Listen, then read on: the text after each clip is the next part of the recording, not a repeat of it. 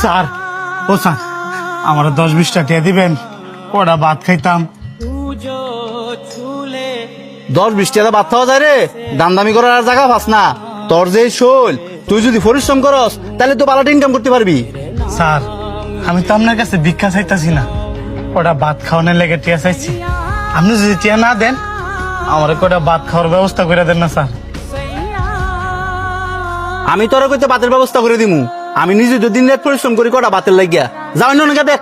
Sir এই অসল ফাওটা লইয়া শরীরটা আর মানতাছে না, এন্দা আবার প্রচন্ড খিদেও লাগছে।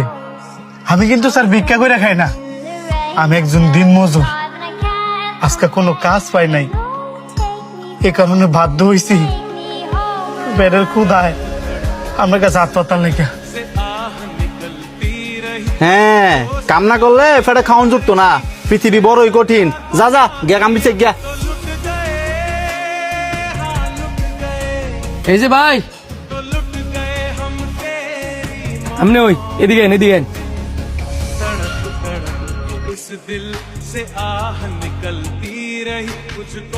কি ভাই আমার আপনি ডাকলেন কি লেগা? ভাতগুলা ধরেন, এই যেন পানি আছে, বসে বসে খান।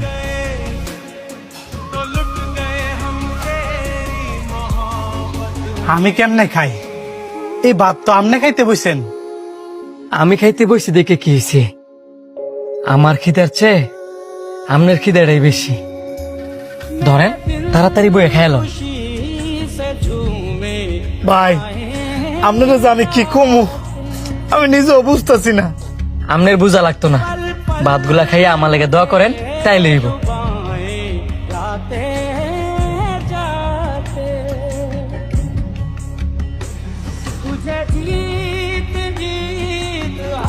ওই শান্ত, এদিকে আয়।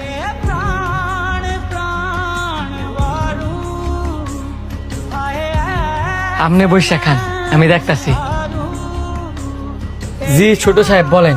দিন দিন দেয়া যা দরা তুতলায় পড়তাছে। এই যে তুই তোর বাগের খাবার তারেক জন্য দেলাইছস, তোর লাগে কি বাড়ির ভিতরে এক্সট্রা খাবার আনতে তুইছে? না ছোট সাহেব, ওই লোকটা তো আমার চেয়েও ক্ষুধার্ত, এই কারণে আমার বাগের খাবারটা ওই লোকটারে দিয়ে দিচ্ছি। আবার মুহ কথা কস, ভাতগুলো আয় করতে। তুই কি ঘরের ভিতরে চাল কিনা তুই যাস? ছোট সাহেব, এত অহংকার ভালো না। আল্লাহ পাক আমনে ঘরে ধন সম্পদ দিছে ঠিকই, কিন্তু মন দিছে না।